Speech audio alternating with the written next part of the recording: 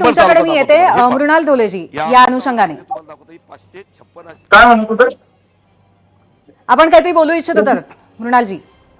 हो नाही असं आहे की मुळात हैदराबाद गॅझेट काही एक डॉक्युमेंट नाहीये आणि त्याच्यामध्ये मुळात कोणाच्या नोंदीच नाहीये.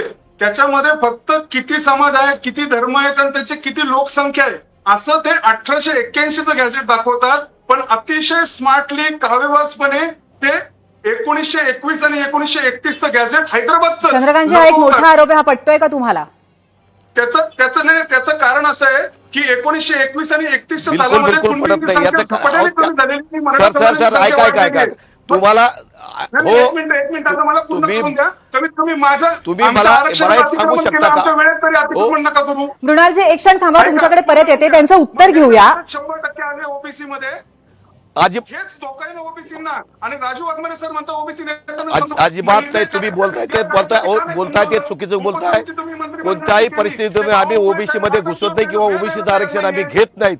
हे फक्त आम्ही सांगतोय आम्ही मराठवाड्यामध्ये ओबीसी कुणबीच आहोत आणि कुणबी आम्ही असल्यामुळे आम्हाला ते प्रमाणपत्र मिळलं पाहिजे. त्याच्यासाठी आमच्या नोंदी कुठं असल्या पाहिजेत. मग मला तुम्ही दाखवू शकता का गव्हर्नमेंट कुठलं की आम्ही काल कुठे होतो तर आज कुठे? 1 मे 1960 जेव्हा महाराष्ट्र निर्माण झाला त्या दिवशी आम्ही सगळे कुणबी होतो आणि 1 मे 60च्या दुसऱ्या दिवशी आम्ही सगळे मराठा कुठे कसे आलो हे तरी दाखवू शकता का तुम्ही? हे कशा पद्धतीने आम्हाला आणलं गेलं इथं हे दाखवतो. ज्यावेळेस मराठवाडा संपूर्ण महाराष्ट्रात ऐका आम्ही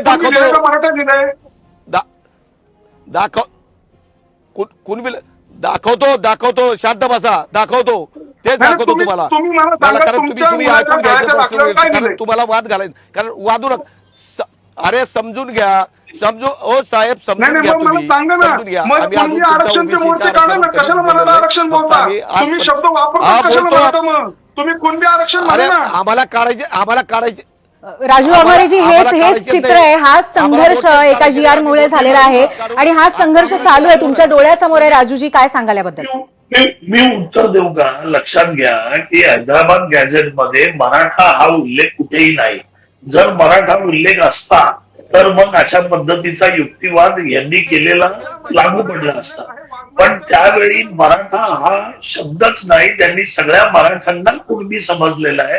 त्याच्यामुळे त्यांनी जी गणना केलेली आहे ती कुणबी म्हणजे मराठ्यांची गणना केलेली आहे. हा पहिला मुद्दा आहे. हा एकदा मुद्दा लक्षात घ्या आणि त्याच्यामुळेच ते जे कुणबी प्रमाणपत्र आहे ते त्यांना मिळालं पाहिजे. आता याच्या अगोदर विदर्भामध्ये जे मराठे आहेत त्या सगळ्या मराठी त्याच्यात कितीतरी मराठी कुणबी लावतात आणि त्यावेळी ते कुणबी सवलतीचा पण लाभ घेतात. तीच पद्धत मराठवाड्यामध्ये नव्हती, ती आता गॅझेटच्या स्वरूपामध्ये आलेलं आहे.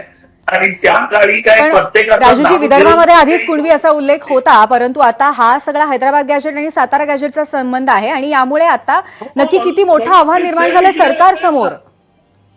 मॅडम, ते सगळं इकडे होतंय. त्याच्यामुळे असं काही नाहीये की आपण वेगळं करतोय. आपण तेच करतोय, जे आहेत त्यांना त्यांचा अधिकार देतोय. तो कोणाकडून काढून घेतलेला नाहीये महायुती सरकारने. आम्ही तर तेच सांगण्याचा प्रयत्न करतोय आणि गॅझेटमध्ये ते स्पष्ट लिहिलेलं आहे, तुमच्या GR मध्ये स्पष्ट लिहिलेलं आहे.